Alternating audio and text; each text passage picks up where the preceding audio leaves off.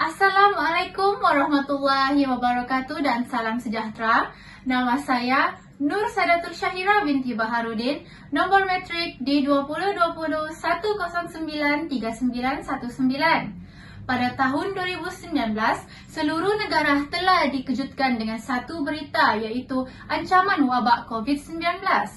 Akibat ancaman wabak COVID-19 yang berlaku di negara Malaysia, salah satu sektor yang terjejas ialah sektor pendidikan.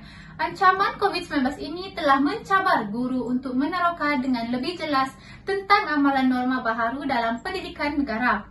Oleh itu, saya sebagai pengusaha Pusat Pendidikan Awal Kanak-Kanak akan merancang tentang pengurusan norma baharu dari segi aspek pengurusan pengoperasian Pusat Pendidikan Awal Kanak-Kanak, pengurusan pengajaran dan pembelajaran di bilik darjah, serta pengurusan pengajaran dan pembelajaran secara atas talian. Bagi aspek yang pertama ialah pengurusan pengoperasian Pusat Pendidikan Awal Kanak-Kanak.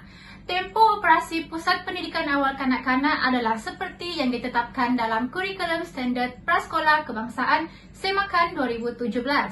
Ibu bapa atau penjaga perlu mengambil tindakan seperti yang berikut: menghantar dan mengambil anak-anak atau anak jagaan mengikut waktu yang ditentukan, menggalakkan anak atau anak jagaan memakai pelitup separuh muka, dan mematuhi tata cara pelawat masuk ke premis prasekolah atau tabika atau tadika semasa menghantar dan mengambil anak atau anak jagaan.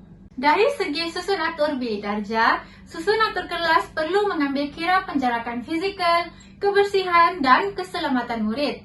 Memastikan bilangan maksimum murid di dalam bilik PDP bergantung pada kapasiti bilik dengan mengambil kira penjarakan fizikal.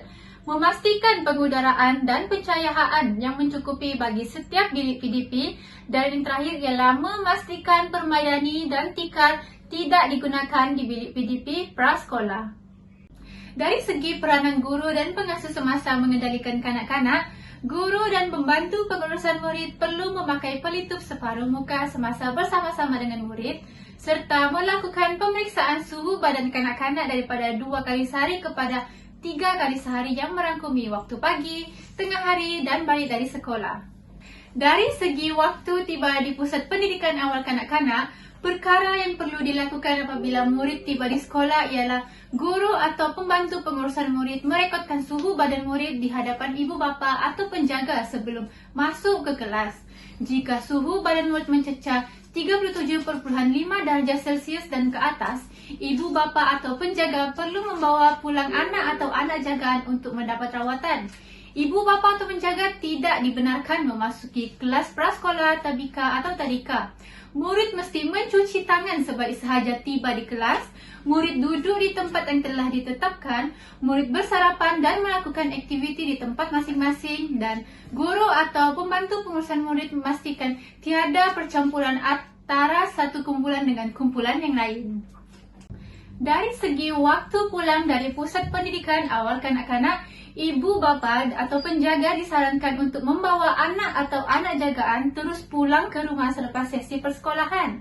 Guru memberikan tugasan dengan kaedah yang selamat kepada ibu bapa atau penjaga tentang aktiviti pembelajaran di rumah. Aspek yang kedua ialah pengurusan pengajaran dan pembelajaran dan pemudahcaraan di bilik darjah. Dari segi aktiviti perbualan pagi, pengajaran dan pembelajaran prasekolah pelaksanaan PDP dilaksanakan berdasarkan aktiviti yang terkandung dalam KSPK dengan memberikan penekanan kepada aspek keselamatan dan kesihatan. Guru atau pembantu pengurusan murid perlu memastikan perkara berikut dipatuhi. Murid berada di tempat duduk masing-masing semasa perbualan awal dan murid dididik tentang amalan keselamatan dan kesihatan diri semasa berada di sekolah dan di rumah.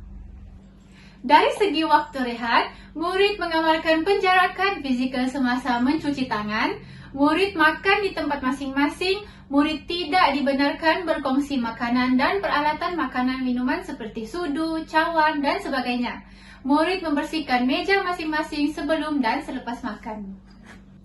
Dari segi aktiviti pengajaran dan pembelajaran, murid mesti mencuci tangan sebelum dan selepas menjalankan aktiviti, Bagi penggunaan pusat pembelajaran, guru perlu menghadkan 1 hingga 2 orang murid dengan mengambil kira penjarakan fizikal dalam satu masa yang sama, memastikan bahan dan peralatan dibersihkan sebelum dan selepas digunakan.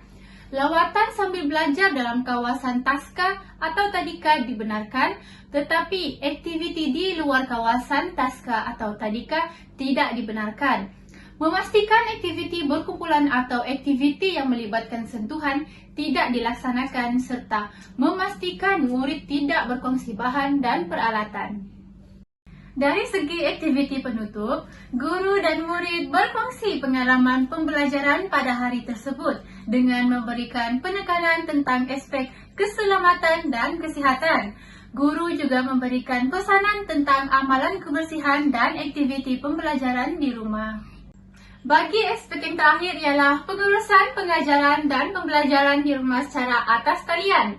Cara pelaksanaan pengajaran dan pembelajaran di rumah secara atas talian dijalankan dengan mempelbagaikan kaedah penyampaian di PDP mengikut kreativiti masing-masing berdasarkan kesesuaian setempat. Menggunakan kaedah PDP yang bersesuaian seperti pembelajaran dalam talian, TV pendidikan, radio atau media sosial bagi murid yang bersedia untuk mengikuti kaedah pembelajaran tersebut. Seterusnya, memberikan latihan dalam buku teks, buku kerja atau disediakan sendiri oleh guru bagi murid yang tidak mempunyai akses internet dan menggunakan kaedah serahan bahan PDP di sekolah. Bahan tersebut dimasukkan di dalam kotak serahan yang diletakkan di pondok keselamatan untuk penyerahan dan pengambilan bahan oleh guru dan ibu bapa atau penjaga mengikut jadual yang telah ditetapkan.